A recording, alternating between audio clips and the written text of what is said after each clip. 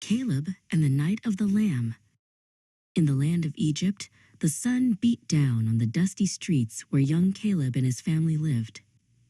For a long time, the Israelites had been forced to work as slaves, but a whisper of hope was spreading through their homes. Caleb's father, Amram, told him that Moses had brought a message from God. "Tonight will be different, Caleb," Amram said, his eyes bright. "Tonight, the Lord will lead us to freedom, but we must follow his instructions exactly." The first step was very important. Amram and Caleb went to their flock to choose a lamb. It couldn't be just any lamb. It had to be perfect. "Look for one without any spots or hurts, Caleb," Amram instructed.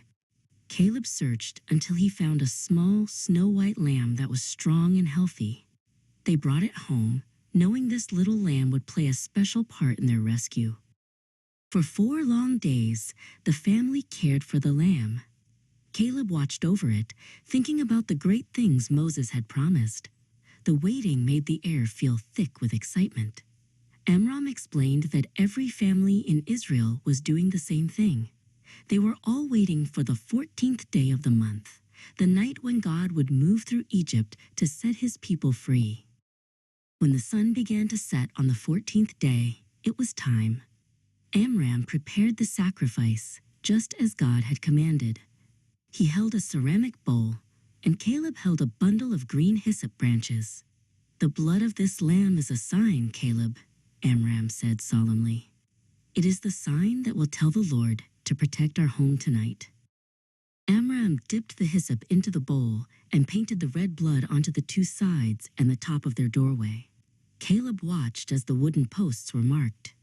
"When the Lord sees the blood, he will pass over us," Amram whispered.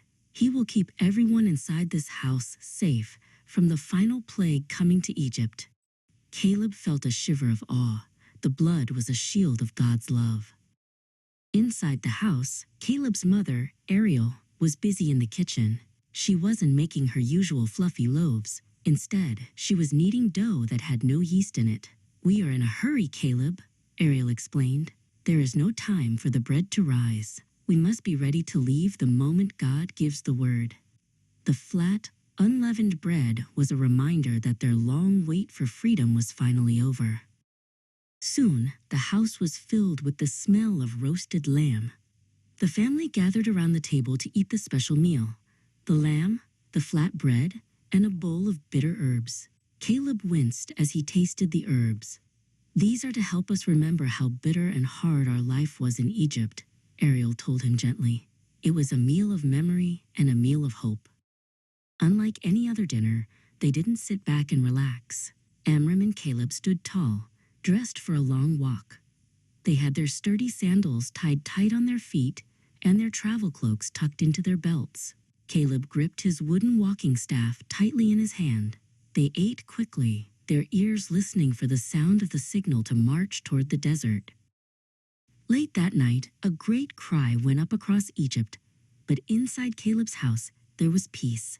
The Lord had seen the blood on the doorposts and had passed over their home, just as he promised. "We are safe," Amram whispered, pulling Caleb into a hug. Because of the lamb's sacrifice and the sign of the blood, Caleb's family was protected and finally, truly free. Many years later, God sent another lamb. Just as the first Passover lamb saved Caleb and his family, Jesus became the perfect Lamb of God. He lived a perfect life without any spots of sin. Because of his sacrifice, he offers protection and freedom to everyone in the world. When we trust in him, he leads us out of the darkness and into his wonderful light forever.